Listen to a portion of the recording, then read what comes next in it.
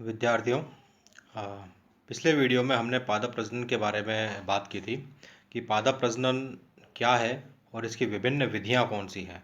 विभिन्न प्रकार की विधियों के अंतर्गत हमने देखा कि पादप प्रजनन हेतु पादप पुनर्स्थापन एवं दशानुकूलन, चयन अथवा वरण, तीसरा था संकरण, बहुगुणिता एवं उत्परिवर्तन प्रकार की विधियों का उपयोग किया जाता है, जिनके द्वारा हम वांछित गुणों युक्त नई पादप किस्में जो होती हैं उनको प्राप्त कर सकते हैं।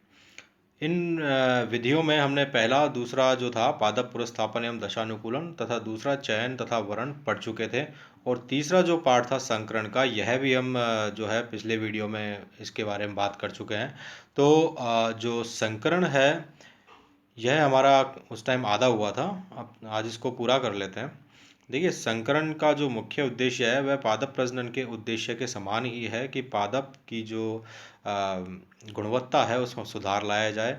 अब पादप की सुधार से संबंधित चीज़ें उत्तम गुणवत्ता हो सकती है, सूखे के प्रति प्रतिरोधकता या रोग प्रतिरोधक क्षमता का विकास करना इत्यादि प्रकार के वांछित गुण इसमें जो है डाले जा सकते हैं।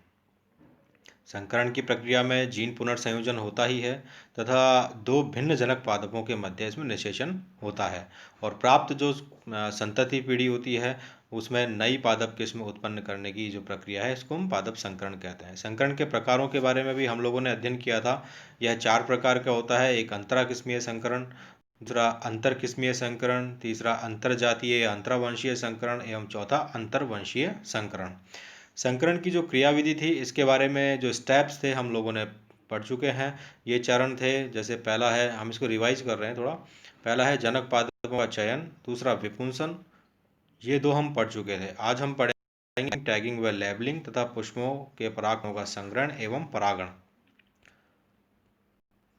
तो पहले जो चरण था उसमें हमने देखा कि किस प्रकार लवण प्रतिरोधी उच्च पैदावार क्षमता युक्त पादप, उच्च गुणवत्ता युक्त पादप, सूखा प्रतिरोधी जो पादप हैं या उच्च रोग प्रतिरोधक क्षमता वाले जो पादप हैं उनका हम चयन करते हैं, क्योंकि इन वांछित गुणों युक्त नई किस्म को उत्पन्न करना हमारा मुख्य उद्देश्य होता है।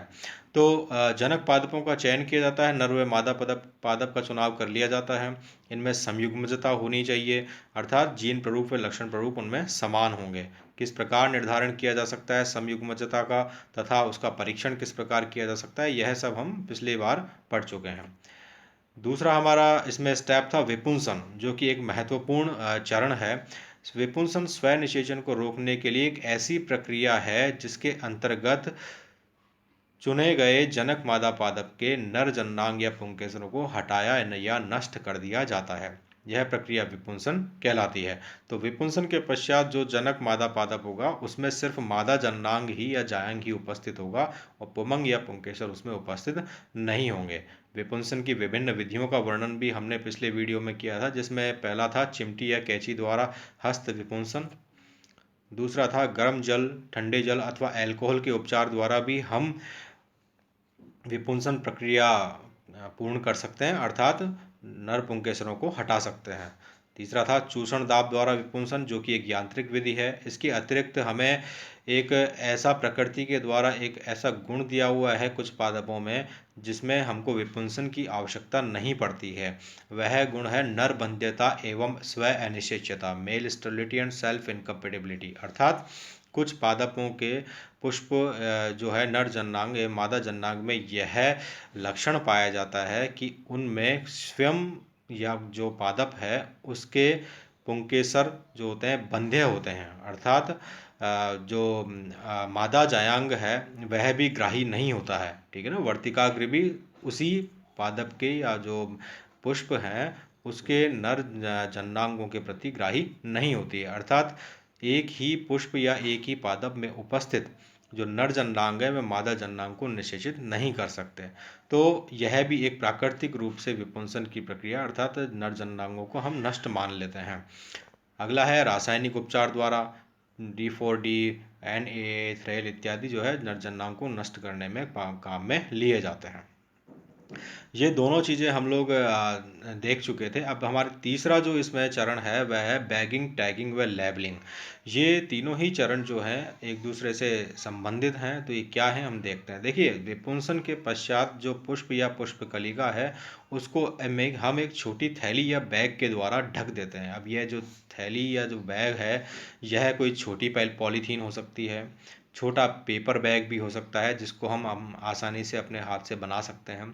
कागज़ का एक टुकड़ा लेते हैं हम और उस कागज़ के टुकड़े से एक थैली नुमा संरचना बना लेते हैं और उस जो थैली नुमा संरचना है या थैली है उससे उस विपुंसित पुष्प अर्थात ऐसा मादा जनक चयनित जो पुष्प था जिसमें से हमने नर जंडांगों को हटा दिया था, उस मादा पुष्प को उस थैली से ढक दिया जाता है और उसको बांध दिया जाता है ताकि अन्य कोई भी परागकण जो है उसमें प्रवेश ना कर सकें। इसके अतिरिक्त जो बैगिंग है वह अन्य रोगजनकों को, जीवाणुओं को भी अंदर आने से रोकती है। तो वास्तव में इसका जो मुख्य उद्देश्य यह है कि जो मादा जनक पादप है उसमें उपस्थित सिर्फ मादा जननांग है, नर जननांग को हम विपुंसन प्रक्रिया के द्वारा नष्ट कर चुके हैं। तो ऐसी स्थिति में अब उस जो जायांग है उसको कोई दूसरा नर जननांग, नर पुंकेसर, जो जैसे मान लीजिए हवा के द्वारा उड़कर आ सकता है जिसको हम वायु परागण कहते हैं। तो इस प्रकार कोई अन्य परागकण उसको जो है निषेचित ना कर सके, इसीलिए हम मादा पुष्प को एक थैली के द्वारा ढक देते हैं और यह थैली के द्वारा ढकना ही थैलीकरण या बैगिंग प्रक्रिया कहलाता है। बैगिंग के पश्चात हम क्या करेंगे, इसमें एक टैग लगा देंगे। एक टैग का मतलब एक छोटा कार्ड इसमें लगा दिया जाता है जिसमें कुछ महत्वपूर्ण सूचनाएं हम लिख देते हैं। ये जो महत्वपूर्ण सूचनाएं होती हैं ये कौन कौन सी हो सकती हैं, जैसे कि नंबर एक क्रम संख्या। आपने एक से अधिक पुष्पों को यदि परागण कर रहे हैं तो उसमें हम एक क्रम संख्या लिख सकते हैं।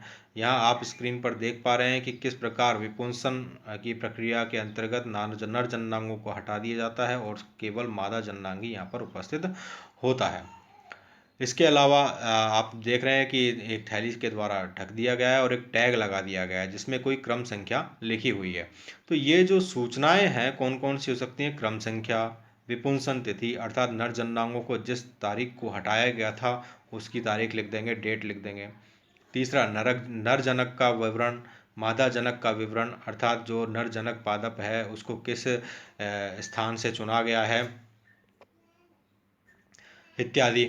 इसके अलावा मादा जनक का विवरण, फिर पादप का नाम क्या है, उसका बॉटनिकल नेम क्या है, स्थानीय नाम क्या है, कहाँ पाया जाता है, हैबिटेट क्या है उसका। इसके अलावा पादप प्रजनन विज्ञानी जो प्लांट ब्रीडर है जो यह सब कर रहा है, पादप प्रजनन का कार्य कर रहा है, उसका नाम क्या है। एवं हस्त परागण की तिथि, जो कि परागण की तिथि अर्थात जो हम नए जो अगला चरण होगा हमारा बैगिंग, टैगिंग और लेबलिंग के पश्चात उस चरण में जो परागण प्रक्रिया की जाएगी उसकी तिथि भी इसमें लिखेंगे हम लोग।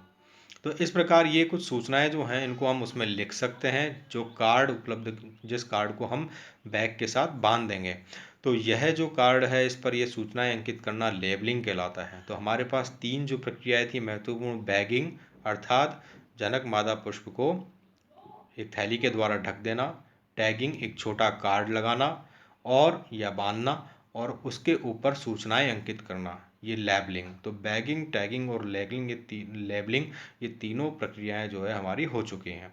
अब हम आगे वाले चरण की ओर बढ़ेंगे।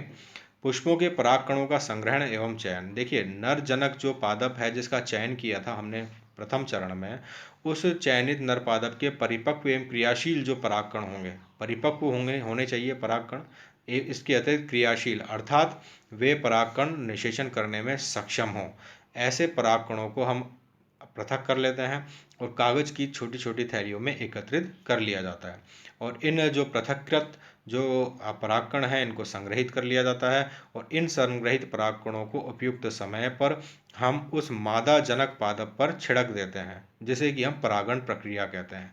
तो परागण अथवा क्रॉसिंग प्रक्रिया के अंतर्गत विपुंसित थैली युक्त मादा जनक पुष्प को की जो थैली या बैग है उसको खोल दिया जाता है जो हमने बैगिंग की थी, और चौथे चरण के अंतर्गत जो संग्रहित परागकण हैं उनको उक्त मादा जनक पुष्प की वृत्तिकाग्र पर छिड़क दिया जाता है। अच्छा, ये जो वर्तिकाग्र पर छिड़का जाता है परागकणों को, इसके लिए एक उपयुक्त समय की आवश्यकता होती है। वह उपयुक्त समय सामान्यतः सुबह का टाइम होता है, ठीक है ना। जो सुबह के वक्त जो वर्तिकाग्र होती है वह ज़्यादा ग्राही होती है। ग्राही का अर्थात परागकणों को अपने पास जो है वह चिपकने देगी, ठीक है, जिसकी सहायता से निषेचन हो सकता है। तो इस प्रकार जो है कृत्रिम परागण प्रक्रिया संपन्न होती है। इसके अलावा अब जब परागण हो चुका है तो आगे आने वाली जो प्रक्रिया है उनके बारे में हम बात कर लेते हैं। अगली प्रक्रिया के अंतर्गत कृत्रिम परागण करवा दिया गया है, उसके पश्चात मादा जनक पुष्पक्रम को हम ढक देते हैं, ठीक है। ढकने के पश्चात जब निषेचन हो जाता है तो उससे जो प्राप्त बीज होते हैं उनको परिपक्व होने पर अलग अलग रख लिया जाता है। इस प्रकार हमें एक F1PD प्राप्त होती है। और ये जो F1PD के जो बीज होंगे ये आनुवंशिक रूप से एक दूसरे से समान होंगे तथा इनमें वे दोनों गुण उपस्थित होंगे जिन गुणों के लिए आपने जो है ये पादप प्रजनन की प्रक्रिया के अंतर्गत संकरण करवाया है। कौन से गुण होंगे? जो वांछित गुण, जैसे कि हमने उत्तम गुणवत्ता, उच्च रोग प्रतिरोधक क्षमता, सूखे के प्रति प्रतिरोधकता, लवण के प्रति प्रतिरोधकता इत्यादि गुणों को हमने लिया था। ये जो गुण आपने लिया है उन वांछित गुणों युक्त ये बीज होंगे। इन बीजों से हम नई संकर पादप किस्म को उगा सकते हैं और नई संकर पादप किस्म पैदा कर सकते हैं।